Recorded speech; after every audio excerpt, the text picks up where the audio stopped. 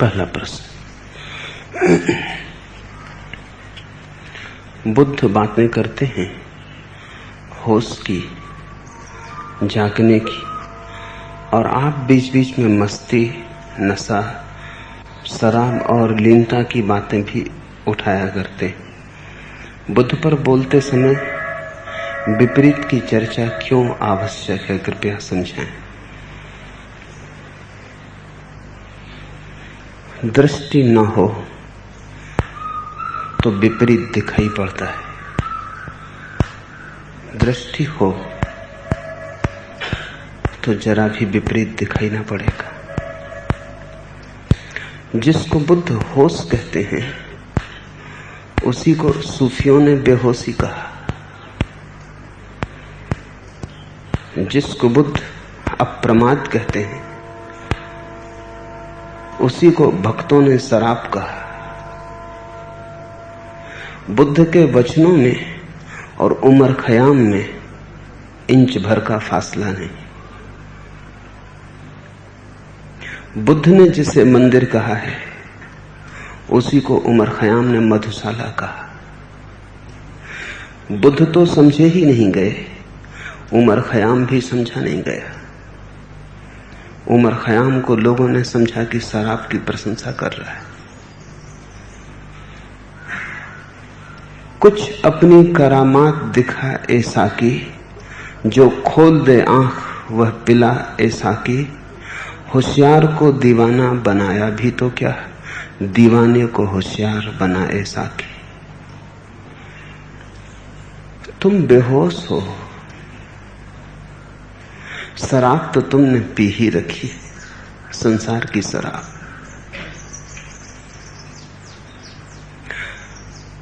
किसी ने धन की शराब पी रखी है और धन में बेहोश है। किसी ने पद की शराब पी रखी है और पद में बेहोश है। किसी ने यश की शराब पी रखी है। जिनको न पद, यश, धन की शराब मिली वे सस्ती शराब मैखानों में पी रहे हैं। वे हारे हुए शराबी हैं। और बड़ा मजा तो यह है कि बड़े शराबी छोटे शराबियों के खिलाफ, जो दिल्ली में पदों पर बैठे, वो छोटे छोटे मैखानों में लोगों को शराब नहीं पीने देते। उनने खुद भी शराब पी रखी, लेकिन उनकी शराब सूक्ष्म है। उनका नशा बोतलों में बंद नहीं मिलता। उनका नशा बारीक है। उनके नशे को देखने के लिए बड़ी गहरी आंख चाहिए। उनका नशा स्थूल नहीं। राह पे तुमने शराबी को डगमगाते देखा, राजनेता को डगमगाते नहीं देखा।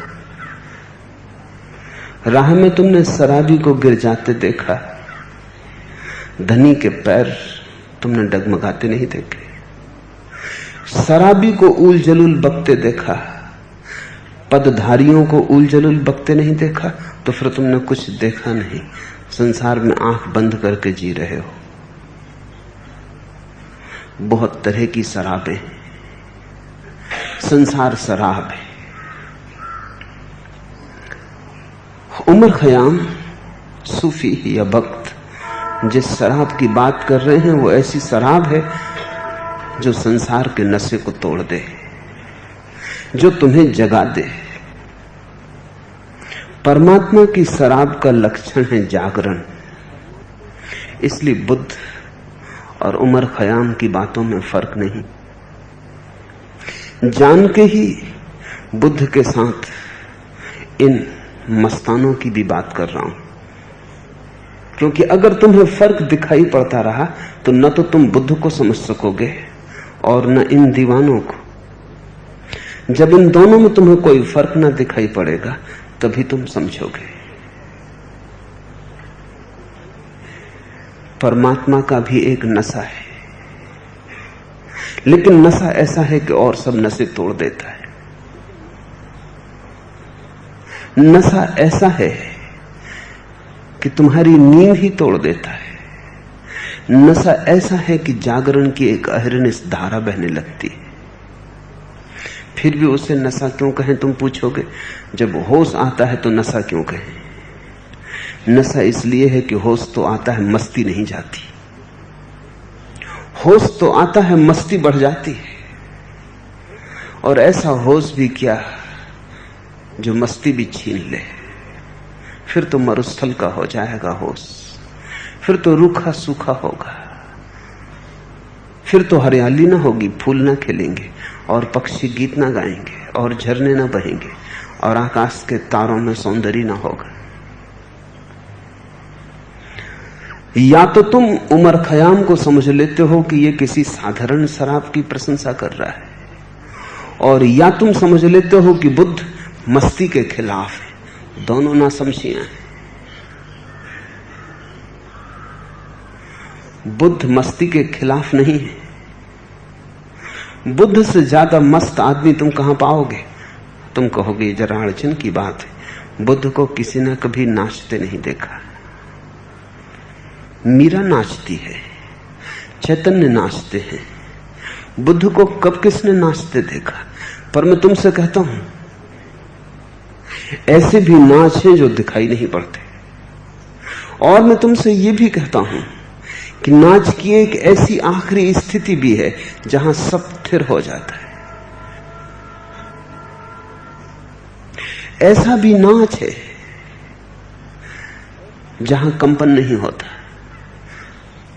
किसी और उदाहरण से समझें जो तुम्हारी समझ में आ जाए, क्योंकि ये बात तो बेबूझ हो जाएगी, पहेली बन जाएगी।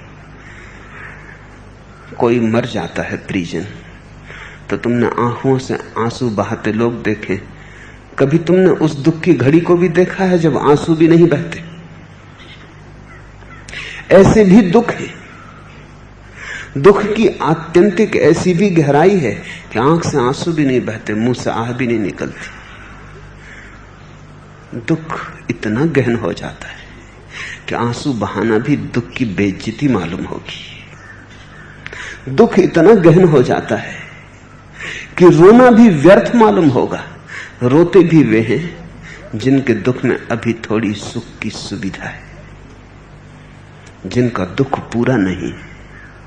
रोते भी वे हैं जिनके दुख ने अभी आखिरी तक नहीं छू लिया है, हृदय की आखिरी कोर तक को नहीं भिगो दिया है। चिल्लाते भी वे हैं जिनका दुख स्थूल है। तुमने कभी ऐसी घड़ी जरूर देखी होगी कि दुख महान हुआ, दुख इतना बड़ा था कि तुम संभाल ना पाए, आंखें भी संभाल ना पाई, आंसू भी संभाल ना पाए, सब सन्नाटा हो गया। आघात इतना गहरा था कि कंपन ही ना हुआ। मनोवैज्ञानिक कहते हैं अगर ऐसी घड़ी हो तो किसी भी तरह उस व्यक्ति को रुलाने की चेष्टा करनी चाहिए, अन्यथा वो मर भी जा सकता है। किसी भांति उसे हिलाओ, रुलाओ, उसकी आंखों में किसी भांति आंसू ले आओ, ताकि आघात हल्का हो जाए, ताकि आघात बह जाए, ताकि दुख आंसुओं से निकल जाए और भीतर राहत आ जाए। तुम दुख के कारण रोते हो या दुख से छुटकारा पाने के कारण रोते हो? तुम दुख के कारण रोते हो या दुख से राहत पाने के लिए रोते हो? दुख जब सघन होता है तो आवाज भी नहीं उठती। दिल जब सच में ही टूट जाता है तो आवाज भी नहीं उठती। ठीक इससे विपरीत अब तुम समझ सकोगे। मीरा नाचती है, अभी नाच सकती है, इसलिए अभी नाच इतना गहरा नहीं गया है। अभी लीनता और समाधि की दशा इतनी गहरी नहीं गई है जहां नाच भी खो जाए। ऐसे भी नाच हैं जहां नाच भी खो जाता है, ऐसे भी दुख हैं जहां आंसू भी नहीं होते। बुद्ध भी नाच रहे, लेकिन बड़ा सूक्ष्म है ये नृत्य। ये इतना सूक्ष्म है कि स्थूल आंखें न पकड़ पाएंगी। इसे तो केवल वे ही देख पाएंगे जिन्होंने ऐसा नाच जिया हो, जाना हो। मैं तुमसे कहता हूं बुद्ध नाच रहे,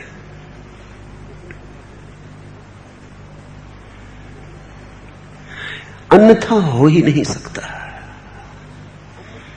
मैं तुमसे कहता हूं बुद्ध ने पी ली वो शराब जिसकी मैं बात कर रहा हूं।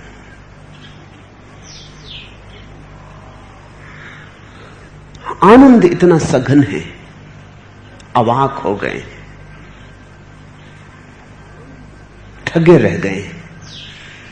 मीरा तो नाच भी सकी, थोड़ी राहत मिली होगी। आनंद भी जब सघन हो जाए तो कुछ करो तो राहत मिल जाती। बुद्ध पी गए, पूरा आनंद पी गए। अगर कोई मुझसे पूछे तो बुद्ध का नशा मीरा से भी ज्यादा है। मीरा को तो कम से कम नाचने की खबर रही, बुद्ध को उतनी खबर भी ना रही। ध्यान रखना, जब मैं मीरा या बुद्ध या किन्हीं और की बात करता हूं तो ये बातें तुलनात्मक नहीं है, कंपैरेटिव नहीं है। मैं किसी को छोटा बड़ा नहीं कह रहा हूं। मैं तो सिर्फ तुम्हें समझाने के लिए बात ले रहा हूं। तुम्हें बुद्ध समझ में आ जाए तो तुम्हें उमर खयाम भी समझ में आ जाएगा। फिट्जराल्ड ने, जिसने उमर खयाम का अंग्रेजी में अनुवाद किया, उमर खयाम को बर्बाद कर दिया। क्योंकि सारी दुनिया ने फिट्जराल्ड के बहाने ही उसी के मार्ग से, उसी के निमित्त से उमर खयाम को जाना, और सारी दुनिया ने यही समझा कि ये शराब की चर्चा है, ये मैखाने की चर्चा है। ये मैखाने की चर्चा नहीं है, शराब की चर्चा नहीं, ये मंदिर की बात है। कुछ अपनी करामात दिखाए साकी, जो खोल दे आंख वह पिलाए साकी, होशियार को दीवाना बनाया भी तो क्या, दीवाने को होशियार बनाए साकी। बुद्ध ने ऐसी ही शराब ढाली जिसमें दीवाने होशियार बन जाते। वही उनका अप्रमाद योग है, वही उनकी जागरण की कला है। लेकिन मैं इसको फिर शराब कहता हूं, क्योंकि मैं चाहता हूं तुम ये ना भूल जाओ कि ये रूखी सुखी जीवन स्थिति नहीं है, बड़ी हरी भरी है। ये रेगिस्तान नहीं है, मरुद्धान है। यहां फूल खिलते हैं, पक्षी चहचहाते हैं, यहां चांद तारे घूमते हैं, यहां गीतों का जन्म होता है, यहां रोए रोए में, जर्रे जर्रे में अज्ञात की प्रतिध्वनि सुनी जाती है। यहां मंदिर की घंटियों का नाद है और मंदिर में जलती धूप की सुगंध है। बुद्ध नीरस नहीं बैठे, हीरा संभाल के बैठे। कबीर ने कहा है, हीरा पायो गांठ गठियायो। तुम ऊपर ही ऊपर मत देखते रहना, गांठ ही दिखाई पड़ती है। भीतर हीरे को गठिया के बैठे, हिलते भी नहीं, इतना बड़ा हीरा है। कंपित भी नहीं होते, इतना बड़ा हीरा है। इतनी बड़ी संपदा मिली है कि धन्यवाद देना भी ओछा पड़ जाएगा, छोटा पड़ेगा। अहोभाव भी प्रकट क्या करे, अहोभाव प्रकट करने वाला भी खो गया है। कौन धन्यवाद दे, कौन अनुग्रह की बात करे, कौन उत्सव मनाए। मैं तुमसे यह कह रहा हूं कि ऐसे उत्सव भी हैं जब उत्सव भी ओछा पड़ जाता है। इसलिए जान के ही बात कर रहा हूं। जब उमर खयाम की कभी तुमसे बात करूंगा तो बुद्ध की भी बात करूंगा, क्योंकि न तो उमर खयाम समझा जा सकता है बुद्ध के बिना, न बुद्ध समझे जा सकते हैं उमर खयाम के बिना। मेरी सारी चेष्टा यही है कि जिनको तुमने विपरीत समझा है उनको तुम इतने गौर से देख लो कि उनकी विपरीतता खो जाए और अलग अलग रंगों और रूपों में तुम्हें एक ही सौंदर्य की झलक मिल जाए। मीरा के नाच में अगर तुम्हें बुद्ध बैठे मिल जाएं और बुद्ध की ध्यानस्थ प्रतिमा में अगर तुम्हें मीरा का नाच मिल जाए तो हाथ लग गई कुंजी, मंदिर का द्वार तुम भी खोलने में समर्थ हो जाओगे। जिन्होंने इससे अन्यथा देखा उन्होंने देखा नहीं। उन अंधों की बातों में मत पड़ना।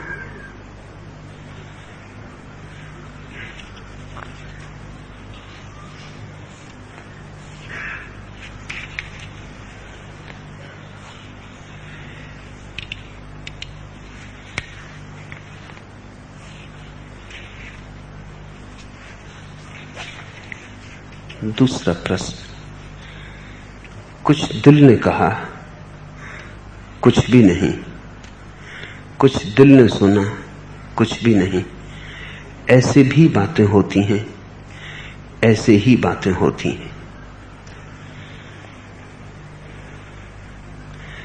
एक तो मनुष्य की बुद्धि में चलते हुए विचारों का जाल है।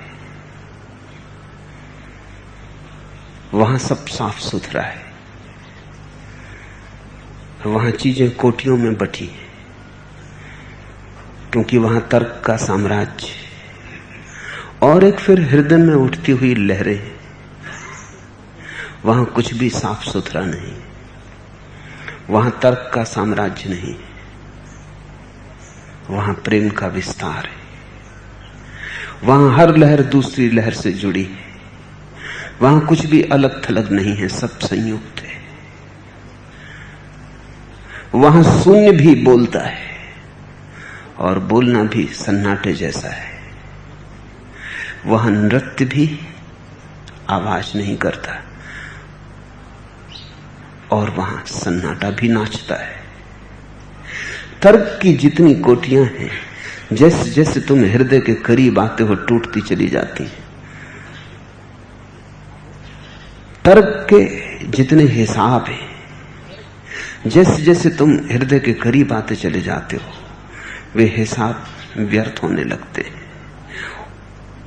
जितनी धारणाएं हैं विचार की, वे धारणाएं बस जब तक मस्तिष्क में तुम जीते हो, खोपड़ी ही तुम्हारा जब तक घर है, तब तक अर्थपूर्ण है। जैसे ही थोड़े गहरे गए, जैसे ही थोड़ी डुबकी ली, जैसे ही थोड़े अपने में लीन हुए, जैसे ही हृदय के पास सरकने लगे, वैसे ही सब रहस्य हो जाता है। जो जानते थे पता चलता है वो भी कभी जाना नहीं। जो सोचते थे कभी नहीं जाना, एहसास होता है जानने लगे। ज्ञात छूटता है, अज्ञात में गति होती है। किनारे से नाव मुक्त होती है और उस सागर में प्रवेश होता है जिसका फिर कोई किनारा नहीं। इस किनारे से नाव मुक्त होती है उस तरफ जहां फिर कोई दूसरा किनारा नहीं। तटहीन सागर है हृदय का, वहां बड़ी पहेली बन जाती। कुछ दिल ने कहा कुछ भी नहीं, कुछ दिल ने सुना कुछ भी नहीं। ऐसे भी बातें होती हैं, ऐसे ही बातें होती हैं। दिल को सुनने की कला सीखनी पड़ेगी। अगर पुरानी आदतों से ही सुना, जिस ढंग से मन को सुना था, बुद्धि को सुना था, अगर उसी ढंग से सुना तो तुम हृदय की भाषा न समझ पाओगे। वो भाषा भाव की है, उस भाषा में शब्द नहीं है, संवेग है। उस भाषा में शब्दकोश से तुम कुछ भी सहायता ना ले सकोगे। उस भाषा में तो जीवन के कोश से ही सहायता लेनी पड़ेगी। और इसलिए अक्सर लोग हृदय के करीब जाने से डर जाते हैं, क्योंकि हृदय के पास जाते ऐसा लगता है जैसे पागल हुए जाते हैं। सब साफ सुथरापन नष्ट हो जाता है। ऐसा ही समझो कि विराट जंगल है जीवन का, और तुमने एक छोटे से आंगन को साफ सुथरा कर लिया है, काट दिए झाड़ झंखाड़, दीवारें बना ली हैं। अपने आंगन में तुम सुनिश्चित हो, जरा आंगन से बाहर निकलो तो जंगल की विराटता घबराती। वहां खो जाने का डर है। वहां कोई राजपथ नहीं, पगडंडियां भी नहीं है, राजपथ तो बहुत दूर। उस विराट बीहड़ जंगल में, जीवन के जंगल में, तो तुम चलो, जितना चलो उतना ही रास्ता बनता है। चलने से रास्ता बनता है। चलने के लिए कोई रास्ता तैयार नहीं है, रेडीमेड, वहां कुछ भी नहीं है। इसलिए आदमी डरता है, लौट आता है अपने आंगन में। यही तो अड़चन है। बुद्धि तुम्हारा आंगन है, जहां सब साफ सुथरा है, जहां गणित ठीक बैठ जाता है। प्लेटो ने अपनी अकादमी अपने स्कूल के द्वार पर लिख रखा था, जो गणित ना जानता हो वो भीतर ना है। प्लेटो ये कह रहा है, जिसने बुद्धि की भाषा ना सीखी हो वो वहां भीतर ना है। मेरे द्वार पर भी लिखा है कुछ। प्लेटो तो लिख सकता है क्योंकि बुद्धि के पास शब्द हैं, मैं लिख नहीं सकता, लेकिन मेरे द्वार पर भी लिखा है कि जो हृदय की भाषा ना समझता हो वो भीतर ना है। क्योंकि यहां हम उस जगत की ही बात कर रहे हैं जिसकी कोई बात नहीं हो सकती।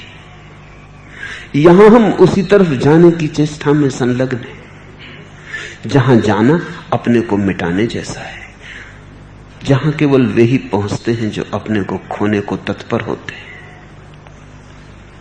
तो डर लगेगा, इसीलिए तो लोग प्रेम से भयभीत हो गए। प्रेम की बात करते हैं, प्रेम करते नहीं। बात खोपड़ी से हो जाती है। करना हो तो जीवन के बीहड़ जंगल में प्रवेश करना होता है। खतरे ही खतरे हैं। प्रेम के संबंध में लोग सुनते हैं, समझते हैं, गीत गाते हैं, कथाएं पढ़ते हैं, प्रेम करते नहीं। क्योंकि प्रेम करने का अर्थ अपने को मिटाना। अहंकार खो जाए तो ही प्रेम का अंकुरण होता है। और जिसने प्रेम ही ना जाना, जिस अभागे ने प्रेम ही ना जाना, वो प्रार्थना कैसे जानेगा? वो तो प्रेम की पराकाष्ठा है। वो तो प्रेम का आखिरी निचोड़ है, आखिरी सार है। कुछ दिल ने कहा, कुछ भी नहीं।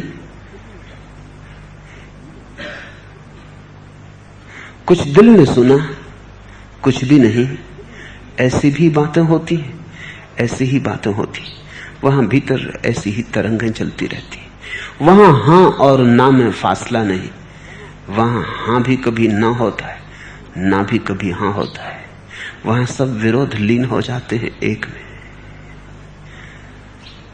उत्तर में तुमसे मैं कहना चाहूंगा, कान वो कान है जिसने तेरी आवाज सुनी, आंख वो आंख है जिसने तेरा जलवा देखा। जब तक कान आदमियों की ही बात सुनते रहे, जब तक कान वही सुनते रहे जो बाहर से आता है, जब तक कान आहत नाद को सुनते रहे जिसकी चोट पड़ती है कान पर और कान के पर्दों पर झन्नाहट होती, तब तक कान कान ही नहीं।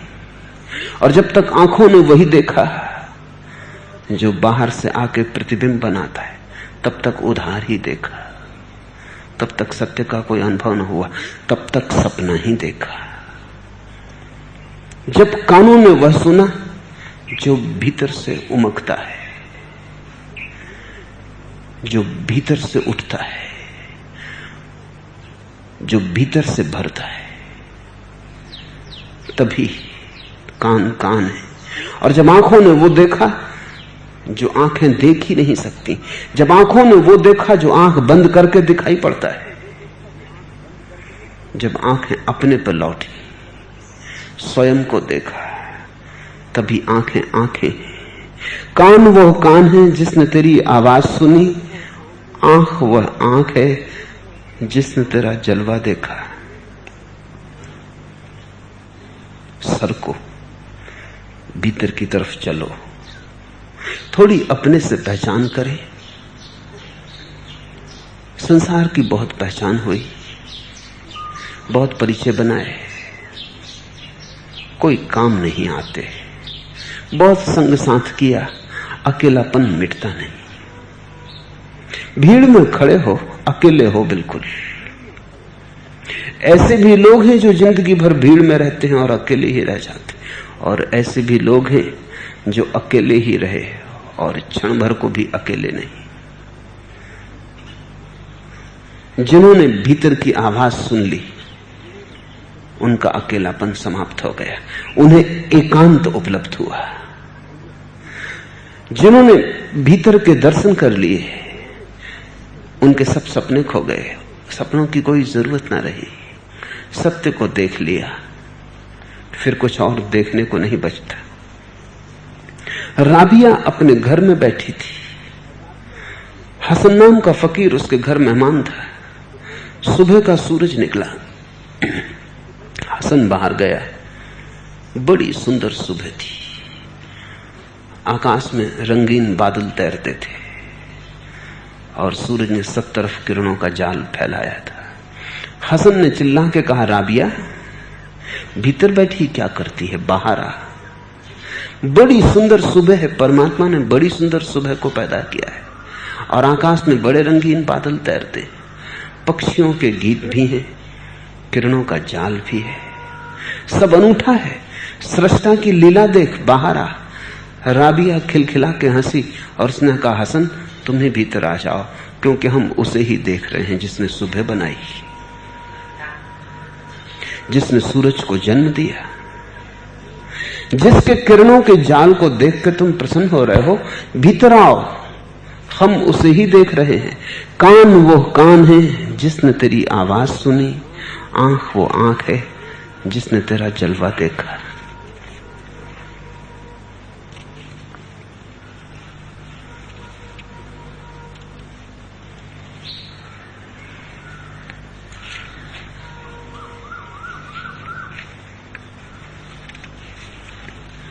तीसरा प्रश्न, भगवान आप अपने प्रवचनों में प्रतिदिन ऐसी तात्कालिकता पैदा कर देते हैं कि रोआ रोआ सिहर उठता है और हृदय में बाढ़ सी आ जाती है और एक शिखर अनुभव की सी स्थिति बन जाती है। फिर आप कहते हैं कि यदि हम तैयार हों तो घटना इसी क्षण घट सकती है। कृपया इस तैयारी को कुछ और स्पष्ट करें। फिर से प्रश्न को पढ़ देता हूं, क्योंकि प्रश्न में ही उत्तर छिपा है। आप अपने प्रवचनों में प्रतिदिन ऐसी तात्कालिकता पैदा कर देते हैं कि रोआ रोआ सिहर उठता है और हृदय में बाढ़ सी आ जाती। बाढ़ नहीं आती, बाढ़ सी।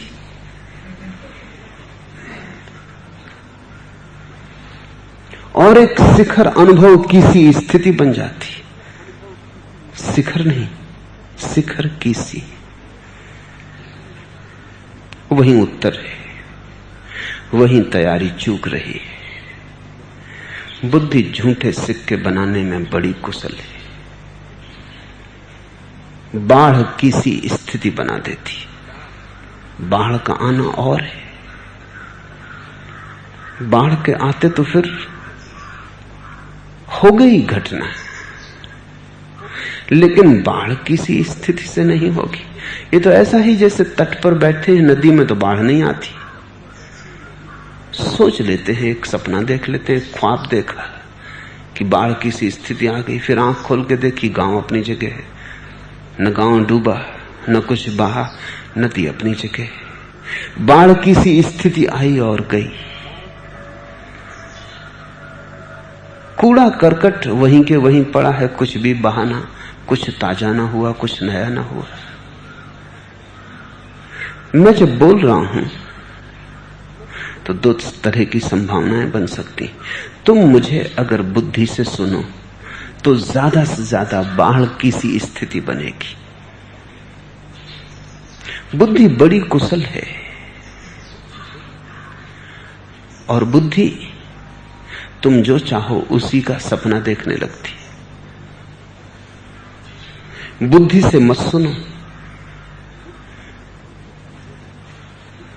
कृपा करो, बुद्धि को जरा बीच से हटाओ। सीधे सीधे होने दो बात, हृदय की हृदय से। बुद्धि से सुनते हो तब तब तरंगें बुद्धि में उठती हैं, लेकिन बुद्धि की तरंगें तो पानी में खींची गई लकीरों जैसी हैं, बन भी नहीं पाती और मिट जाती। बुद्धि का भी कोई भरोसा है? विचार क्षण भर नहीं ठहरते और चले जाते, आए भी नहीं कि गए। बुद्धि तो मुसाफिर खाना है, वहां कोई घर बना के कभी रहा है? रेलवे स्टेशन का प्रतीक्षालय, यात्री आते हैं जाते हैं। वहां तुम्हारे जीवन में कोई शाश्वत का नाद न बजेगा। इस धम्मो सनातनो, उस सनातन का बुद्धि से कोई संबंध न हो पाएगा।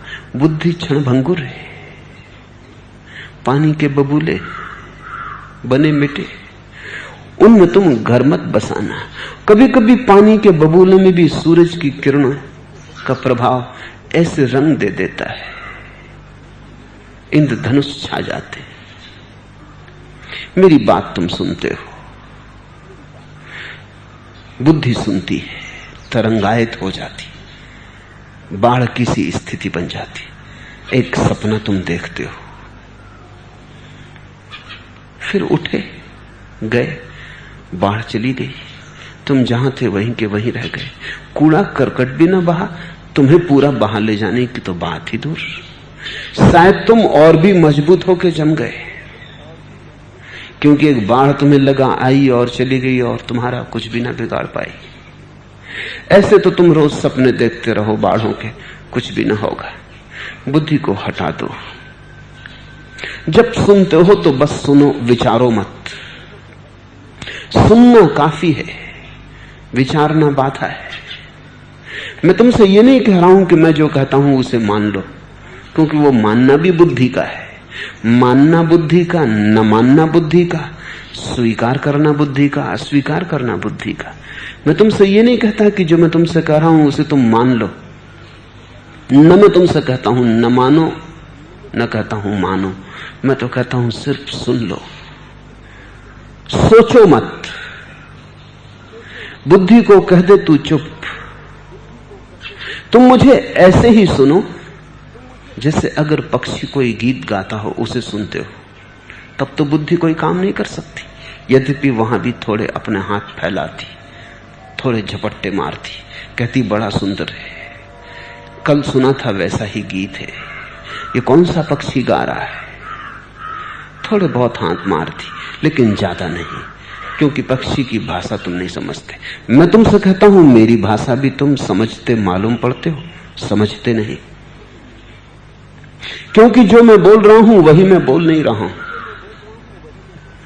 जो मैं तुम्हें कहता हुआ सुनाई पड़ रहा हूं उससे कुछ ज्यादा तुम्हें देना चाहता हूं। शब्दों के साथ साथ शब्दों की पोटलियों में बहुत शून्य बांधा है, स्वरों के साथ साथ उनके पीछे पीछे बहुत सन्नाटा भी भेजा है। जो कह रहा हूं वही नहीं, अनकहा भी कहे हुए के पीछे पीछे छिपा आ रहा है। तुम अगर बुद्धि से ही सुनोगे तो जो मैंने कहा वही सुनोगे, अनकहा से वंचित रह जाओगे। जो कहा ही नहीं जा सकता उससे तुम वंचित रह जाओगे। बाढ़ उससे आती, दृश्य के साथ जो अदृश्य को बांधा है, प्रतीकों के साथ उसे रख दिया है जिसका कोई प्रतीक नहीं। शब्दों की पोटलियों में शून्य को संभाला है। अगर बुद्धि से सुना, पोटली हाथ लग जाएगी, पोटली के भीतर जो था वो खो जाएगा। उसी के लिए पोटली का उपयोग था। कंटेंट खो जाएगा, विषय वस्तु खो जाएगी, कंटेनर खाली डब्बा हाथ लग जाएगा। तब बाढ़ की सी स्थिति मालूम पड़ेगी। सुनो, सोचो मत। सुनो, मानने न मानने की जरूरत ही नहीं है।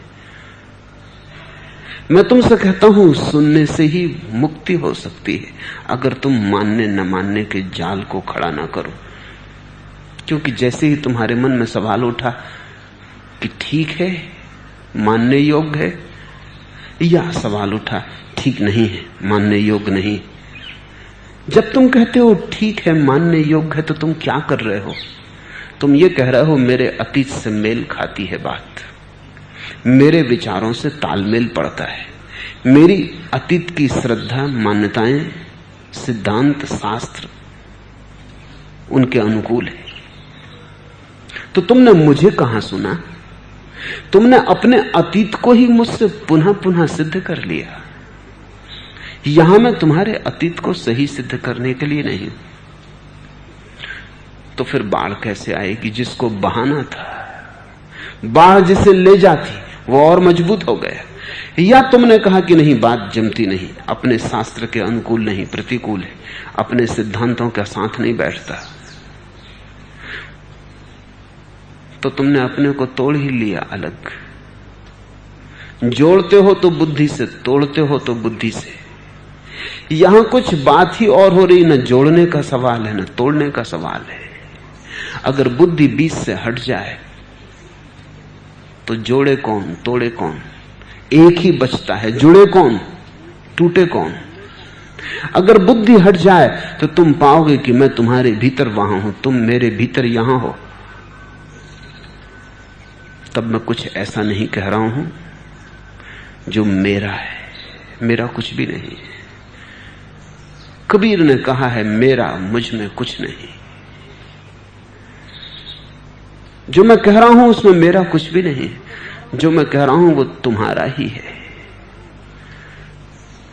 लेकिन तुमने अपना नहीं सुना है, मैंने अपना सुन लिया है। जो मैं तुमसे कह रहा हूं, जब तुम पहचानोगे तो तुम पाओगे ये तुम्हारी ही आवाज थी, ये तुम्हारा ही गीत था जो मैंने गुनगुनाया। यहां कोई शास्त्रों की, सिद्धांतों की बात नहीं हो रही। ये सब तो बहाने हैं, खूंटियां हैं। यहां तो शास्त्रों, सिद्धांतों के बहाने कुछ दूसरा ही खेल हो रहा है। अगर तुमने शब्द ही सुने और उन पर ही विचार किया, ठीक है या गलत, माने कि न माने, अपने अनुकूल पड़ता कि नहीं, तो तुम मुझसे चूक गए। और जो मुझसे चूका वो खुद से भी चूका। तुम अपने से ही चूक गए। अब तुम पूछते हो, अगर तुमने अपना प्रश्न ही गौर से देखा होता तो समझ में आ जाता। आप अपने प्रवचनों में प्रतिदिन ऐसी तात्कालिकता पैदा कर देते कि रोआ रोआ सिहर उठता है और हृदय में बाढ़ सी आ जाती। बाढ़ सी, सावधान, बाढ़ सी से बचना। बाढ़ चाहिए और एक शिखर अनुभव की सी स्थिति बन जाती। शिखर अनुभव की सी, सावधान, ये झूठा सिक्का है। मन के एक स्वभाव को समझ लो। तुम जो चाहते हो मन उसकी प्रतिमाएं बना देता है। वो कहता है ये लो, हाजिर है। दिन भर तुम भूखे रहे, रात सपना देखते हो कि सुस्वादु भोजन कर रहे हो। मन कहता है दिन भर भूखे रहे, ये लो भोजन हाजिर है। लेकिन रात तुम कितना ही सुस्वादु भोजन करो, पेट ना भरेगा। हालांकि नींद संभल जाएगी। भूखे रहते तो नींद लगना मुश्किल होती। सपने ने कहा ये लो भोजन, मजे से कर लो और सो जाओ। तुमने सपने में भोजन कर लिया, सो गए। तुमने कभी ख्याल किया नींद में प्यास लगी, गर्मी की रात है, शरीर ने बहुत पसीना छोड़ दिया, नींद में प्यास लग गई। अब डर है, अगर प्यास बढ़ जाए तो नींद टूट जाए। तो मन कहता है उठो। उठे तुम सपने में, गए रेफ्रिजरेटर के पास, सपने में ही कोका कोला पी लिया, लौट के अपने बिस्तर पे सो गए निश्चिंत। अब मन ने धोखा दे दिया। प्यास अपनी जगह है, न तुम उठे न तुम गए कहीं, बस एक स्वप्न, एक बाढ़ सी, कोका कोला सा। नींद संभल गई, करवट लेके तुम सो रहे, सुबह पता चलेगा कि अरे प्यासे रात भर पड़े रहे। स्वप्न का काम है निद्रा की रक्षा, कहीं नींद टूट ना जाए, तो स्वप्न का इंतजाम है। स्वप्न सुरक्षा है, नींद को नहीं टूटने देता, सब तरह से बचाता है और धोखा पैदा हो जाता है। कम से कम नींद में तो काम चल जाता है। सुबह जागोगे तब पता चलेगा। जिस दिन जागोगे उस दिन सोचोगे बाढ़ सी किस धोखे में रहे, किस सपने में खो गए। इन बातों का भरोसा मत करो। इससे एक बात साफ है कि जो भी मैं कहता हूं तुम्हारी बुद्धि उसकी छानबीन करती, फिर तुम्हारे भीतर जाता है। तुम्हारी बुद्धि पहरेदार की तरह खड़ी है। जो मैं कहता हूं बुद्धि पहले परीक्षण करती है उसका, फिर भीतर जाने देती। परीक्षण ही करे तो भी ठीक है, उसका रंग रूप भी बदल देती है, अतीत के अनुकूल बना देती। बुद्धि यानी तुम्हारा अतीत, जो तुमने अब तक जाना है, अनुभव किया है, पढ़ा है, सुना है, उस सब का संग्रह। तो तुमसे कोई नई बात कही ही नहीं जा सकती, और मैं तुमसे नई ही बात करने की जिद किए बैठा हूं। तुम वही सुन सकते हो जो पुराना है, मैं तुमसे वही कहने की जिद किए बैठा हूं कि जो नया है। जो नित्य नूतन है वही सनातन है, जो प्रतिपल नया है वही सनातन है, जो कभी पुराना नहीं हो सकता वही पुरातन है। लेकिन तुम्हारी बुद्धि वहां बैठी है अपना सारा धूल जमाए हुए। कोई भी चीज आती है बुद्धि उसके रंग को बदल देती। तब तुम सुन पाते हो, पर वो सुनना धोखा हो गया। फिर बाढ़ की सी स्थिति बनती, वहीं तैयारी चूक गई। मैं तुमसे कहता हूं इसी क्षण घटना घट सकती है यदि तुम तैयार हो। तैयार का क्या अर्थ? तैयार का इतना ही अर्थ अगर तुम अपनी बुद्धि को किनारे रख देने को तैयार हो। अगर तुम कहते हो ठीक है, हो जाए साक्षात्कार सीधा सीधा, आए हमारे दिल में, दिल से ही मिलाएंगे।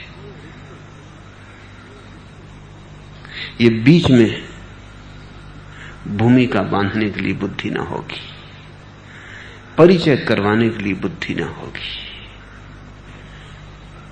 तो अभी इसी घड़ी घटना घट सकती है।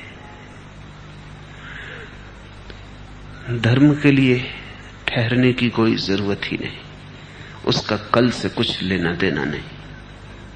आज हो सकता है।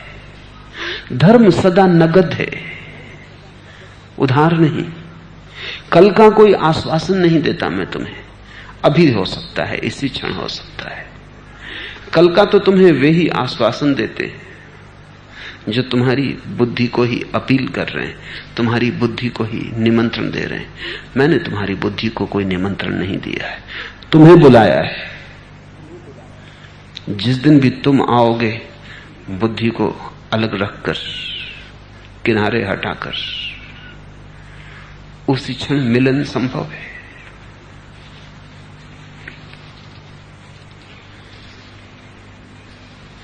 तुम मुखातिब भी हो, करीब भी हो। तुमको देखूं कि तुमसे बात करूं। तुम यहां बैठे हो, मैं यहां बैठा हूं। तुम मुखातिब भी हो, करीब भी हो। तुमको देखूं कि तुमसे बात करूं। अगर तुमने मुझसे बात की, चूके। अगर तुमने मुझे देखा, पाया।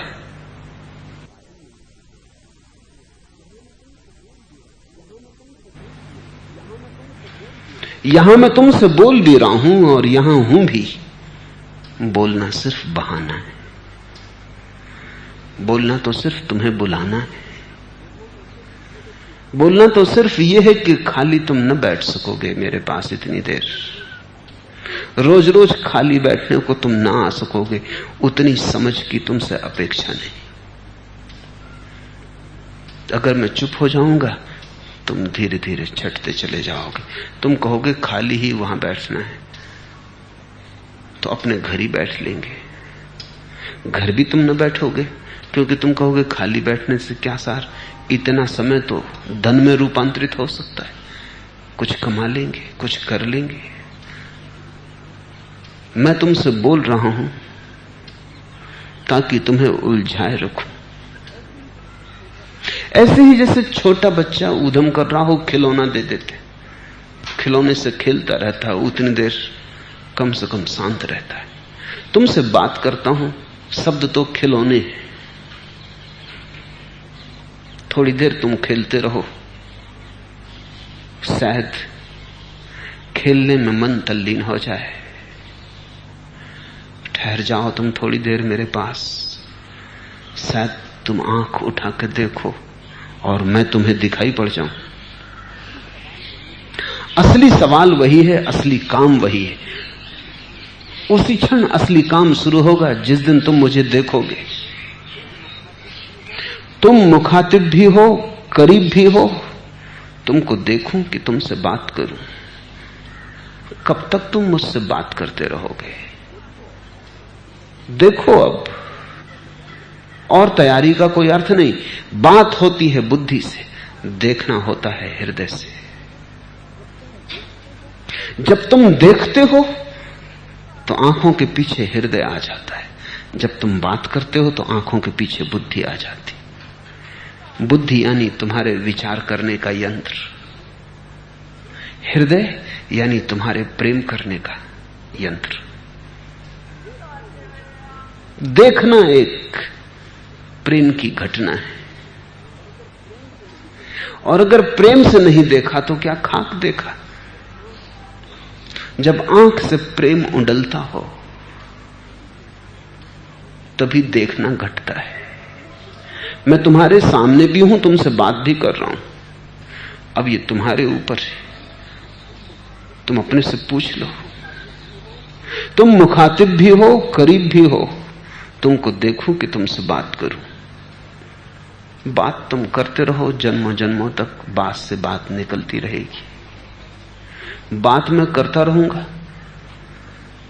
बात करने में कहीं कोई अड़चन है? बात से सरल कहीं कोई और बात है?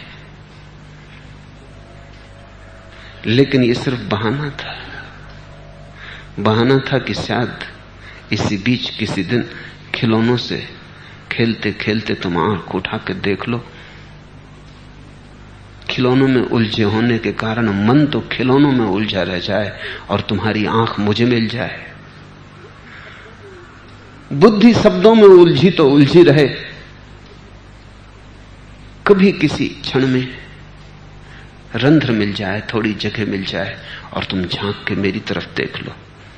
उसी क्षण घटना घट सकती है। मैं देने को तैयार हूं, तुम जिस दिन लेने को तैयार होगे।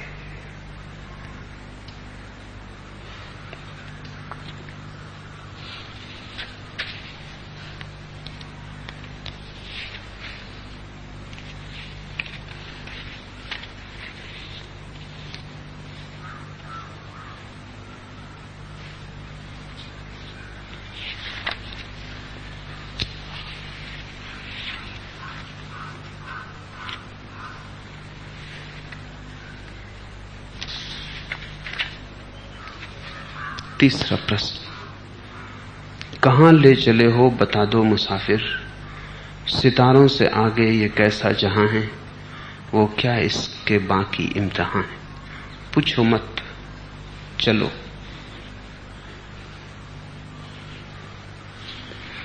पूछना भी बुद्धि की होशियारी है। प्रेम के मार्ग पर भी बुद्धि पूछती है,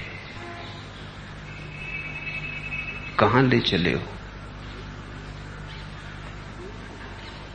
और प्रेम के मार्ग पर बुद्धि चल नहीं सकती, और बुद्धि अगर पूछती रहे तो तुम्हें भी न चलने देगी। कभी तो इतना साहस करो कि चलो चलते हैं, पूछेंगे नहीं। यही तो प्रेम का लक्षण। अगर मुझसे प्रेम है तो पूछने की कोई जरूरत नहीं, चल पड़ो। पूछना प्रेम के अभाव का द्योतक है। पहले से सब पक्का कर लेना है, कहां जा रहे हैं, क्यों जा रहे हैं, क्या प्रयोजन है, अपना कोई लाभ है नहीं, कहीं ले जाने वाला अपना ही कोई लाभ तो नहीं देख रहा है, कहीं ले जाने वाला धोखा तो नहीं दे रहा है। बुद्धि आत्मरक्षा है और प्रेम आत्मसमर्पण, दोनों साथ साथ नहीं हो सकते। यही प्रेम का आखिरी इम्तिहान है, आखिरी कि चल पड़ो। और बुद्धि पर कितने दिन भरोसा करके देख लिया, पहुंचे कहां? कितना बुद्धि के साथ हिसाब करके देख लिया, मंजिल कहीं आती तो दिखाई पड़ती नहीं, झलक भी नहीं मिलती, फिर भी इस पर भरोसा किए जा रहे हो। ठीक ठीक बुद्धिमान आदमी अपनी बुद्धि पर संदेह करने लगता है, वो बुद्धि की पराकाष्ठा है। जब अपनी बुद्धि पर संदेह आता है, आना चाहिए, सिर्फ बुद्धुओं को अपनी बुद्धि पर संदेह नहीं आता। कितने दिन से चलते हो उसी के साथ, कहां पहुंचे हो, फिर भी भरोसा उसी पर है। जिस दिन भी तुम्हें यह दिखाई पड़ जाएगा, उसी दिन जीवन में एक नया मार्ग खुलता है, एक नया द्वार खुलता है। वो हमेशा पास ही था, कोई बहुत दूर ना था। बुद्धि हृदय में फासला ही कितना है, वो पास ही था, अब भी पास है। लेकिन जब तक तुम बुद्धि की ही सुने जाओगे, पूछे चले जाओगे, ये पूछना आश्वस्त होने की चेष्टा है। कैसे मैं तुम्हें आश्वस्त करूं? कुछ भी मैं कहूं वो मेरा ही कहना होगा, तुम्हारा अनुभव न बन जाएगा। जब तक तुम्हारा अनुभव न बन जाए तब तक मुझ पे भरोसा कैसे आएगा? तो दो ही उपाय हैं, या तो तुम जैसे चलते हो वैसे ही चलते रहो, शायद कभी थकोगे, अनंत जन्मों के बाद उबोगे, होश आएगा तो फिर किसी का हाथ पकड़ोगे। वो हाथ अभी भी उपलब्ध है, वो हाथ सदा उपलब्ध रहेगा। उस हाथ का मुझसे या किसी का कोई लेना देना नहीं है। वो हाथ तो परमात्मा का है।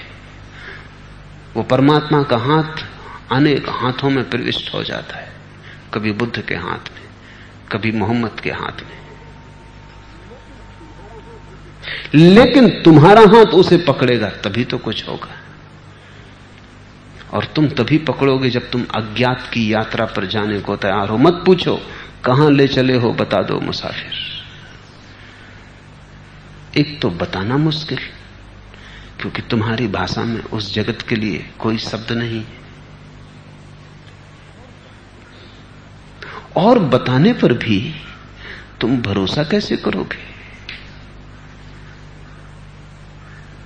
पूछो बुद्ध से, वो कहते हैं निर्वाण। पूछो मीरा से, वो कहती है कृष्ण, बैकुंठ। क्या होता है शब्दों को सुनने से? मीरा के चारों तरफ खोज के देखो, तुम्हें बैकुंठ का कोई पता ना चलेगा, क्योंकि बैकुंठ तो मीरा के भीतर है। और जब तक वैसा ही तुम्हारे भीतर न हो जाए, जब तक तुम भी डुबकी ना लगा लो। मत पूछो कहां ले चले हो, बता दो मुसाफिर। सितारों के आगे ये कैसा जहां है? सितारों के आगे का अर्थ ही यही होता है, जहां तक दिखाई पड़ता है उसके आगे। सितारों का मतलब है जहां तक दिखाई पड़ता है। सितारों के आगे जहां और भी हैं, उसका मतलब इतना ही है कि कुछ दिखाई नहीं पड़ता, ये आंखें थक जाती हैं, इन आंखों की सीमा आ जाती है। सितारों के आगे जहां और भी है, इसके अभी इम्तिहान और भी हैं। इसका इम्तिहान क्या है? वही जहां नहीं दिखाई पड़ता वहां भी किसी के ऊपर भरोसा है। जहां नहीं दिखाई पड़ता वहां भी श्रद्धा, जहां नहीं दिखाई पड़ता वहां भी चलने का साहस। तुम जिसे संदेह कहते हो, गौर से खोजना, कहीं वो सिर्फ कायरता तो नहीं, कहीं डर तो नहीं, कहीं भय तो नहीं कि कहीं लूट ना लिए जाएं, कहीं ऐसा तो नहीं कि कैसे पक्का करें कौन लुटेरा है, कौन मार्गदर्शक है। लेकिन इसकी फिक्र छोड़ो, पहले ये सोचो तुम्हारे पास लुट जाने को है भी क्या? तुम पहले ही लुट चुके हो। संसार से बड़ा और लुटेरा तुम्हें अब कहां मिलेगा? संसार ने तो रत्ती रत्ती पाई पाई भी लूट लिया है। एक सिफर हो, एक शून्य मात्र रह गए हो, आंकड़ा तो एक भी नहीं बचा है भीतर, कुछ भी नहीं है पास, फिर भी डरे हो कि कहीं लुट ना जाओ। ये जो तुम पूछते हो कहां ले चले हो, बता दो मुसाफिर, ये भय के कारण, कायरता के कारण, साहस की कमी के कारण। लेकिन तुम जहां भी चलते रहे हो अब तक, अगर वहां से ऊब गए हो तो अब खतरा क्या है? किसी नए मार्ग को खोज कर देख लो। असली सवाल साहस का है। साधारणतः लोग सोचते हैं श्रद्धालु लोग डरपोक, कायर। तो मैं तुमसे कहता हूं, श्रद्धा इस जगत में सबसे बड़ा दुस्साहस है। ऐसा हुआ कि तिब्बत का एक फकीर अपने गुरु के पास गया। गुरु की बड़ी ख्याति थी और ये फकीर बड़ा श्रद्धालु था और गुरु जो भी कहता सदा मानने को तैयार था। इसकी प्रतिष्ठा बढ़ने लगी और शिष्यों को पीड़ा हुई। उन्होंने एक दिन इससे छुटकारा पाने के लिए एक पहाड़ी के ऊपर बैठे थे। इससे कहा कि अगर तुम्हें गुरु में पूरी श्रद्धा है तो कूद जाओ। तो वो कूद गया।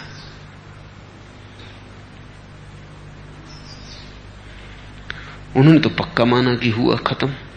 नीचे जाकर देखा तो वो पद्मासन में बैठा था और ऐसा सौंदर्य और ऐसी सुगंध उन्होंने कभी किसी व्यक्ति के पास ना देखी थी जो उसके चारों तरफ बरस रही थी। वो तो बड़े हैरान हुए, सोचा संयोग है।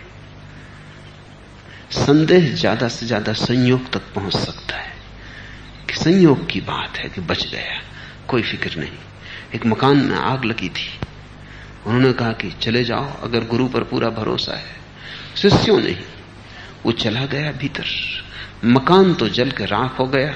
जब वो भीतर गए तो आशा थी कि वो भी जल के राख हो चुका होगा। वो तो वहां ऐसे बैठा था, जल में कमलवत, आग ने छुआ ही नहीं। उन्होंने सुनी थी अब तक ये बातें कि ऐसे लोग भी हुए हैं जल में कमलवत, पानी में होते हैं और पानी नहीं छूता। आज जो देखा वो अद्भुत चमत्कार था। आग में था और आग ने भी ना छुआ, पानी ना छुए, समझ में आता है। अब संयोग कहना जरा मुश्किल मालूम पड़ा।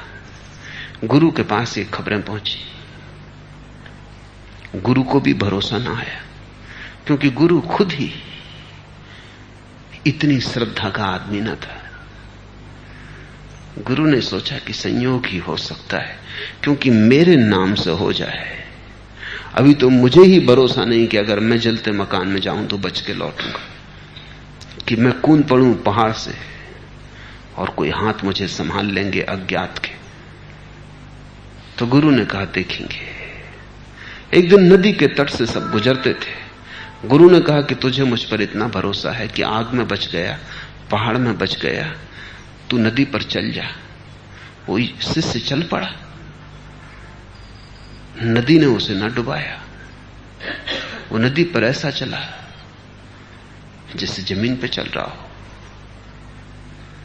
गुरु को लगा कि निश्चित ही मेरे नाम का चमत्कार है। अहंकार भयंकर हो गया, कुछ था तो नहीं पास। तो उसने सोचा जब मेरा नाम लेके कोई चल गया तो मैं तो चल ही जाऊंगा।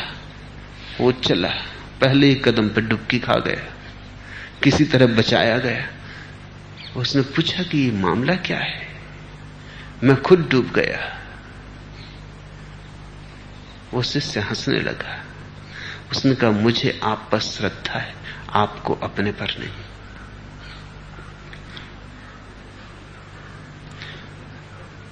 श्रद्धा बचाती है। कभी कभी ऐसा भी हुआ है कि जिन पर तुमने श्रद्धा की उनमें कुछ भी न था, फिर भी श्रद्धा ने बचाया है। और कभी कभी ऐसा भी हुआ है जिन पर तुमने श्रद्धा न की उनके पास सब कुछ था, लेकिन अश्रद्धा ने डुबोया है। कभी बुद्धों के पास भी लोग संदेह करते रहे और डूब गए, और कभी इस तरह के पाखंडियों के पास भी लोगों ने श्रद्धा की और पहुंच गए। तो मैं तुमसे कहता हूं गुरु नहीं पहुंचाता, श्रद्धा पहुंचाती। इसलिए मैं तुमसे कहता हूं श्रद्धा ही गुरु है, और जहां तुम्हारी श्रद्धा की आंख पड़ जाए वहीं गुरु पैदा हो जाए। परमात्मा नहीं पहुंचाता, प्रार्थना पहुंचाती है, और जहां हृदयपूर्वक प्रार्थना हो जाए वहीं परमात्मा मौजूद हो जाता है। मंदिर नहीं पहुंचाते, भाव पहुंचाते। जहां भाव है वहां मंदिर है। मत पूछो कि कहां ले चलाऊं। चलने की हिम्मत हो साथ हो जाओ, चलने की हिम्मत ना हो नाहक समय खराब मत करो, भाग खड़े हो। ऐसे आदमी के पास नहीं रहना चाहिए जिस पे भरोसा ना हो। कहीं और खोजो, शायद किसी और पर भरोसा आ जाए, क्योंकि असली सवाल भरोसे का है। किस पे आता है ये बात गौण है, कौन जाने किसी और पर आ जाए तो फिर तुम्हारा मार्ग वहीं से हो जाएगा। जिसके पास जाके तुम्हें पूछने का सवाल ना उठे कि कहां ले चले हो, चल पड़ने को तैयार हो जाए। अंधेरे में जाता हो वो तो अंधेरे में, और नरक में जाता हो तो नरक में। जहां तुम्हारे मन में ये संदेह और सवाल ना उठते हो, यही आखिरी मंजिल है, यही आखिरी इम्तिहान है। सितारों के आगे जहां और भी है, इसके अभी इम्तिहान और भी है। और आखिरी इम्तिहान इसका यही है कि प्रेम इतना अनन्य हो, श्रद्धा इतनी अपूर्व हो कि श्रद्धा ही नाव बन जाए, कि प्रेम ही बचा ले। मार्ग नहीं पहुंचाता, श्रद्धा पहुंचाती। मंजिल कहीं दूर थोड़ी है। जिसने प्रेम किया उसने अपने भीतर पा ली।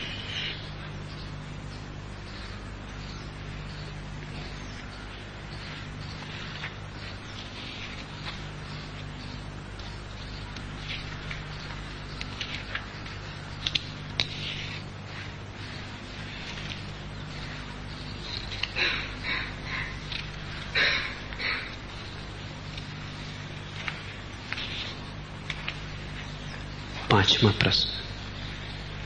लीनता व भक्ति के साधक को बुद्ध के होश की और अपुदीप भव की बातों के प्रति क्या रुख रखना चाहिए? जरूरत क्या है? तुम्हें सभी के प्रति रुख रखने की जरूरत क्या है? तुम अपनी श्रद्धा का बिंदु चुन लो, से सबको भूल जाओ। तुम्हें कोई सारे बुद्धों के प्रति श्रद्धा थोड़ी रखनी। एक पर तो रख लो, सब पर रखने में तो तुम बड़ी झंझट में पड़ जाओगे। एक पर ही इतनी मुश्किल है, सब पर तुम कैसे रख सकोगे? तुम एक मंदिर को तो मंदिर बना लो, सब मस्जिद, सब गुरुद्वारे, सब शिवालय, उनकी तुम चिंता में मत पड़ो। क्योंकि जिसका एक मंदिर मंदिर बन गया वो एक दिन अचानक पा लेता है कि सभी मस्जिदों में, सभी गुरुद्वारों में वही मंदिर है। एक सिद्ध हो जाए सब सिद्ध हो जाता है। और अगर तुमने ये चेष्टा की कि मैं सभी में श्रद्धा रखूं, तुम्हारे पास श्रद्धा इतनी कहां है। इतना बांटोगे, रत्ती रत्ती श्रद्धा हो जाएगी। अगर अल्लाह को पुकारना हो तो पूरे प्राण से अल्लाह को ही पुकार लो। अल्लाह ईश्वर तेरे नाम, इस तरह की बकवास में मत पड़ना, क्योंकि तब न तुम्हारे राम में बल होगा और न तुम्हारे अल्लाह में बल होगा। ये राजनीतिक बातचीत हो सकती है, धर्म का इससे कुछ लेना देना नहीं। अल्लाह को ही तुम परिपूर्ण प्राणों से पुकार लो, तुम अल्लाह में ही छिपे राम को किसी दिन पहचान लोगे। अल्लाह ही जब पूरी त्वरा और तीव्रता से पुकारा जाता है तो राम भी मिल जाते हैं। राम जब पूरी त्वरा से पुकारा जाता है तो अल्लाह भी मिल जाता है, क्योंकि ये सब नाम उसी के हैं। लेकिन तुम बैठ के इन सभी मालाओं का नाम, इन सभी नामों की माला मत बनाना। तो लीनता और भक्ति के साधक को जरूरत ही क्या है बुद्ध की। बुद्ध जाने, उनका काम जाने। लीनता और भक्ति का साधक लीनता और भक्ति में डूबे। ऐसी अड़चनें क्यों खड़ी करना चाहते हो? क्योंकि ध्यान रखना, मंजिल एक है, मार्ग अनेक है। तुम अगर सभी मार्गों पर एक साथ चलना चाहो, पागल हो जाओगे। चलोगे तो एक ही मार्ग पर, यद्यपि सभी मार्ग उसी मंजिल पर पहुंचा देते। लेकिन अगर तुम्हें बंबई जाना हो तो तुम एक ही मार्ग चुनोगे। अगर तुमने सभी मार्ग चुन लिए तो 2 कदम इस मार्ग पर चलोगे, 2 कदम उस मार्ग पर चलोगे, 4 कदम किसी और मार्ग पर चलोगे। तुम पहुंचोगे कैसे? एक ही मार्ग पर चलोगे तो पहुंचोगे। भक्त की दुनिया अलग है। भक्त के देखने के ढंग अलग है, भक्त के तौर तरीके अलग है, भक्त की जीवन शैली अलग है, साधक की जीवन शैली अलग है। साधक होश को साधता है, होश से ही मस्ती को पाता है। भक्त मस्ती को साधता है, मस्ती से ही होश को पाता है। जबाने होश से यह कुफ्र सर्जत हो नहीं सकता। मैं कैसे बिन पिए ले लूं, खुदा का नाम है साकी। भक्त की बड़ी अलग दुनिया है। वो कहता हम तो खुदा का नाम भी लेंगे तो बिना पिए नहीं ले सकते। खुदा का नाम है कोई साधारण बात है कि बिना पिए ले लें? मस्ती में ही लेंगे, होश में खुदा का नाम लें, बात जमती नहीं। डूब के लेंगे, पागल हो के लेंगे। जबाने होश से यह कुफ्र सर्जत हो नहीं सकता। भक्त कहता है कि मेरी जबान से यह पाप मैं न कर सकूंगा। मैं कैसे बिन पिए ले लूं, खुदा का नाम है साकी, पीकर ही लूंगा, नाच कर लूंगा, मस्ती में सरोबोर करके लूंगा। होश से खुदा का नाम तो बुद्धि पर ही अटक जाएगा। लड़खड़ाते कदमों से लूंगा। पांव पड़े कितके किथी, सहजों ने कहा है। झूमते हुए लेंगे। संभल के हो खुदा का नाम, वो नाम खुदा का ही ना रहा। फिर भक्त की दुनिया बड़ी अलग है। गुनाह है गिन गिन के मैं क्यों अपने दिल को छोटा करूं। सुना है तेरे कर्म का कोई हिसाब नहीं, तेरी कृपा का कोई अंत नहीं। हम काहे को छोटा मन करें गिन गिन के अपने पापों का कि ये भूल की वो भूल की। ये तो तेरे संबंध में शिकायत हो जाएगी। भक्त कहता है हम अपने भूलों और पापों का हिसाब रखें। गुनाह है गिन गिन के मैं क्यों अपने दिल को छोटा करूं। सुना है तेरे कर्म का कोई हिसाब नहीं।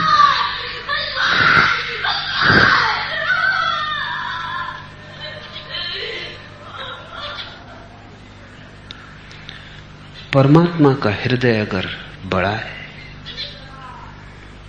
अगर परमात्मा की करुणा अपार है, तो हम अपने मन को क्यों छोटा करें? भक्त पाप माप की फिक्र नहीं करता।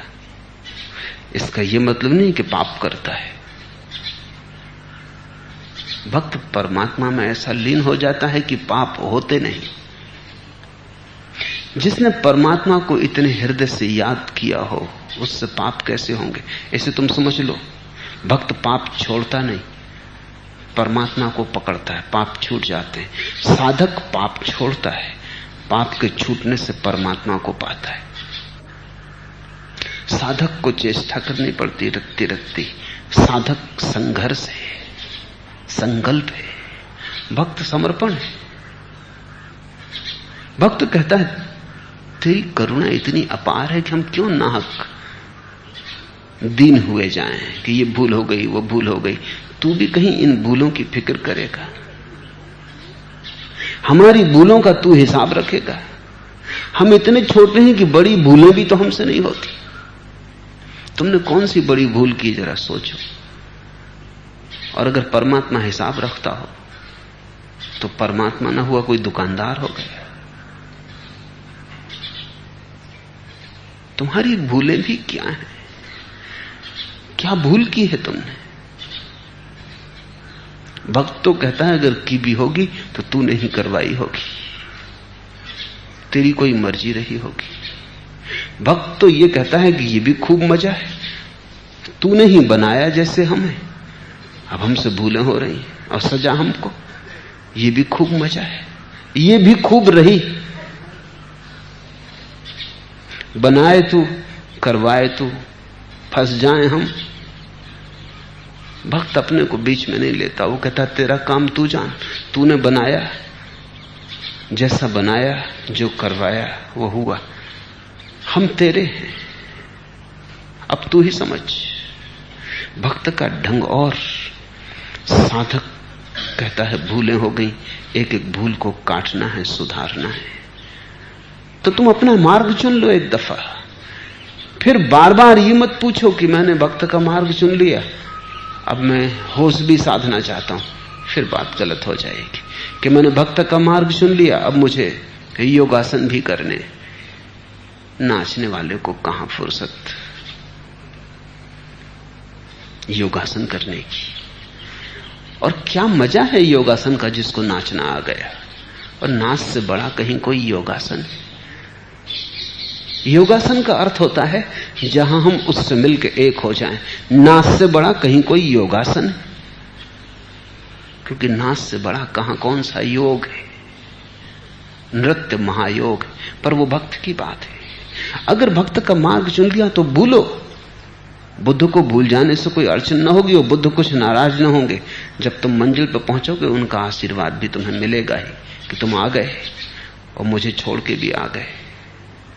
लेकिन अगर बुद्ध को चुना है तो फिर छोड़ दो भक्त की बात। कहीं ऐसा न हो कि ये तुम्हारे मन की तरकीबें हो कि तुम जो चुनते हो वो करना नहीं है तो दूसरे को बीच में ले आते हो ताकि अड़चन खड़ी हो जाए, दुविधा बन जाए। दुविधा बन जाए तो करें कैसे? बुद्ध को चुन लिया, पर्याप्त है बुद्ध, किसी की कोई जरूरत नहीं। फिर मीरा और चैतन्य को भूल जाओ, फिर कृष्ण को बीच में लाओ ही मत। बुद्ध काफी है, ये इलाज पर्याप्त है, उनकी चिकित्सा पूरी है, उसमें किसी और को जोड़ने की कोई जरूरत नहीं।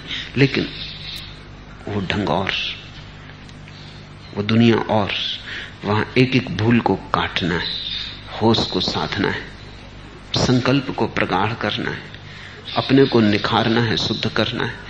तुम जब निखर जाओगे, शुद्ध हो जाओगे, तब परमात्मा तुम में उतरेगा। भक्त परमात्मा को बुला लेता और कहता तुम आ जाओ, मुझसे तो क्या निखरेगा, मुझसे क्या सुधरेगा। तुम आ जाओगे, तुम्हारी मौजूदगी ही निखार देगी, सुधार देगी। दोनों तरह से लोग पहुंचे, मेरे लिए कोई चुनाव नहीं, दोनों बिल्कुल ठीक है। तुम अपनी प्रकृति के अनुकूल मार्ग को चुन लो। अगर तुम समर्पण कर सकते हो तो भक्ति, अगर तुम समर्पण न कर सकते हो, समर्पण ही तुम्हारा रस हो, अनुकूल पड़ता हो, तो फिर योग, तप, ध्यान उनके लिए जो प्रेम में डूबने से घबराते हो, प्रार्थना उनके लिए जो प्रेम में डूबने को तत्पर हो। ध्यान में विचार को काटना है, प्रेम में विचार को समर्पित करना है। दोनों स्थिति में विचार चला जाता है, ध्यान ही काटता है, प्रेमी परमात्मा के चरणों में रख देता है कि तुम संभालो।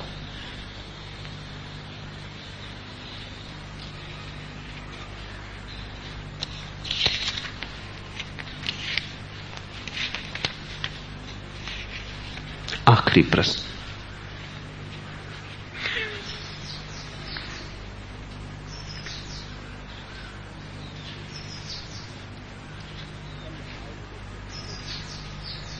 कल आए थे प्रभु मेरे घर, मैं सो रही थी बेखबर, कौन से कर्मों के फल हैं प्रेम सागर, आप आए और मैं खड़ी रही बाहर।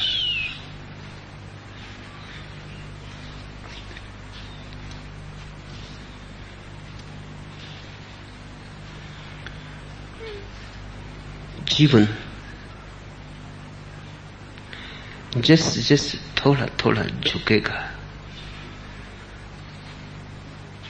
जैसे जैसे अहंकार थोड़ा थोड़ा गलेगा, वैसे वैसे अंधेरे से अंधेरी रात में भी उसकी बिजलियां कौंधनी शुरू हो जाती।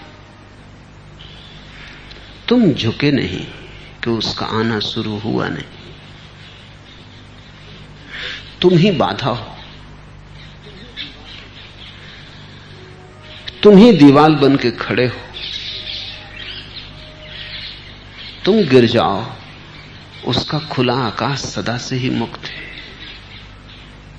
परमात्मा दूर नहीं, तुम अकड़े खड़े हो, तुम्हारी अकड़ ही दूरी है। तुम्हारा नब जाना, तुम्हारा झुक जाना ही निकटता हो जाएगी। उपनिषद कहते हैं परमात्मा दूर से दूर और पास से भी पास है। दूर जब तुम अकड़ जाते हो, दूर जब तुम पीठ कर लेते हो, दूर जब तुम जिद कर लेते हो कि है ही नहीं, दूर जब तुम कहते हो मैं ही हूं तू नहीं, पास जब तुम कहते हो तू ही है मैं नहीं हूं, जब तुम आंख खोलते हो, जब तुम अपने पात्र को, अपने हृदय के पात्र को उसके सामने फैला देते हो, तब तुम भर जाते हो हजार हजार खजानों से। प्रभु तो रोज ही आ सकता है, आता ही है, उसके अतिरिक्त और कौन आएगा।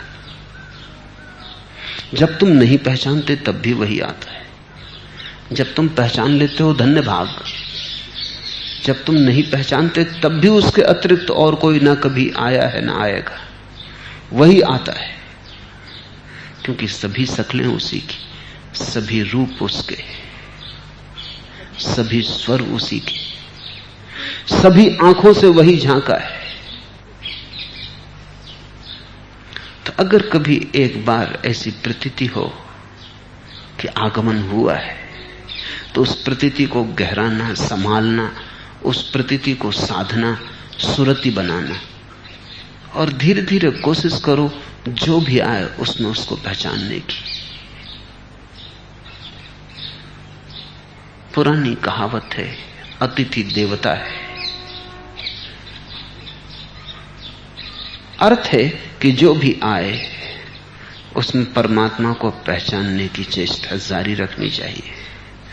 चाहे परमात्मा हजार बाधाएं खड़ी करे तो भी तुम धोखे में मत आना। परमात्मा चाहे गालियां देता है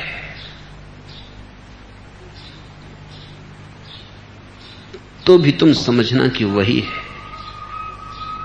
मित्र में तो दिखाई पड़े ही, शत्रु में भी दिखाई पड़े, अपनों में तो दिखाई पड़े ही, पराओं में भी दिखाई पड़े, रात के अंधेरे में ही नहीं, दिन के उजाले में भी, नींद और सपनों में ही नहीं, जागरण में भी।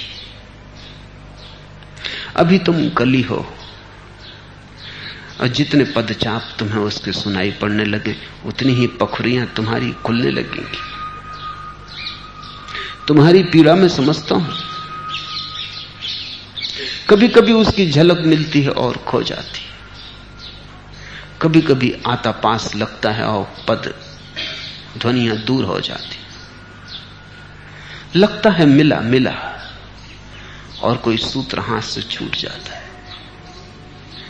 चमन में फूल तो खिलते सभी ने देख लिए, चमन में फूल तो खिलते सभी ने देख लिए, सिसकते गुंजे की हालत किसी को क्या मालूम।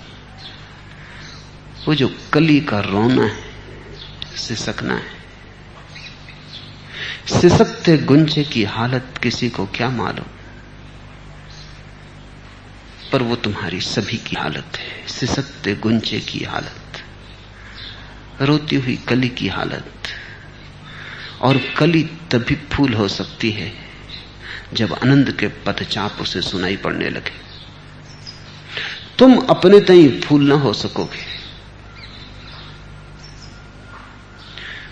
सुबह जब सूरज उगता है और सूरज की किरणें नाच उठती हैं आके कली की निकटता में, सामीप्य में, कली के ऊपर, जब सूरज की किरणों के हल्के हल्के पद कली पर पड़ते हैं तो कली खिलती है, फूल बनती। जब तक तुम्हारे ऊपर परमात्मा के पदचाप ना पड़ने लगे, उसके स्वर आके आघात ना करने लगे, तब तक तुम कली की तरह ही रहोगे। और कली की पीड़ा यही है कि खिल नहीं पाई, जो हो सकता था वो नहीं हो पाया, नियति पूरी ना हो, यही संताप है, यही दुख है। हर आदमी की पीड़ा यही है कि वो जो होने को आया है नहीं हो पा रहा है, लाख उपाय कर रहा है, गलत सही दौड़ धूप कर रहा है, लेकिन पाता है समय बीता जाता है और जो होने को मैं आया हूं वो नहीं हो पा रहा हूं। और जब तक तुम वही ना हो जाओ जो तुम होने को आए हो, तब तक संतोष असंभव है। स्वयं होकर ही मिलता है परितोष। तो सुनो प्रभु के पद जहां से भी सुनाई पड़ जाएं, और धीरे धीरे सब तरफ से सुनाई पड़ने लगेंगे। जिस दिन हर घड़ी उसी का अनुभव होने लगे कि वही द्वार पर खड़ा है, उस क्षण फूल हठात खुल जाता है। वो जो सुगंध तुम अपने भीतर लिए हो अभिव्यक्त हो जाती, वही अनुग्रह, उत्सव है, अहोभाव है। चमन में फूल तो खिलते सभी ने देख लिए, सिसकते गुंजे की हालत किसी को क्या मालूम, मुझे मालूम। तुम्हारी सबकी हालत मुझे मालूम, क्योंकि वही हालत कभी मेरी भी थी। उस पीड़ा से मैं गुजरा हूं। जब तुम खोजते हो सब तरफ, कहीं सुराग नहीं मिलता, टटेलते हो सब तरफ और चिराग नहीं मिलता, और जिंदगी प्रतिपल बीती चली जाती है, हाथ से क्षण खिसकते चले जाते हैं, जीवन की धार बही चली जाती है। ये आई मौत, ये आई मौत, जीवन गया गया और कुछ हो ना पाए। पता नहीं क्या लेके आए थे, समझ में ही ना आया। पता नहीं क्यों आए थे, क्यों भेजे गए थे, कुछ प्रतीति ना हुई। गीत अनगाया रह गया, फूल अनखिला रह गया। सुनो उसकी आवाज, और सभी आवाजें उसकी हैं।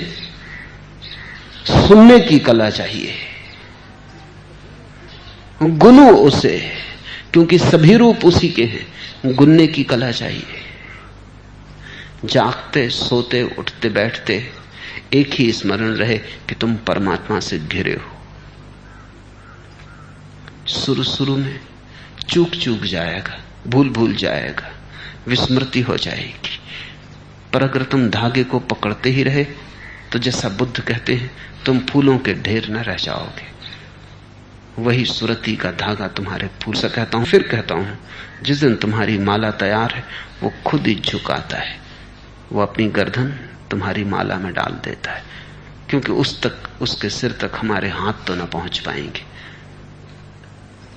बस हमारी माला तैयार हो वो खुद हम तक पहुंच जाता है। मनुष्य कभी परमात्मा तक नहीं पहुंचता, जब भी मनुष्य तैयार होता है परमात्मा उसके पास आता है। आज इतना ही।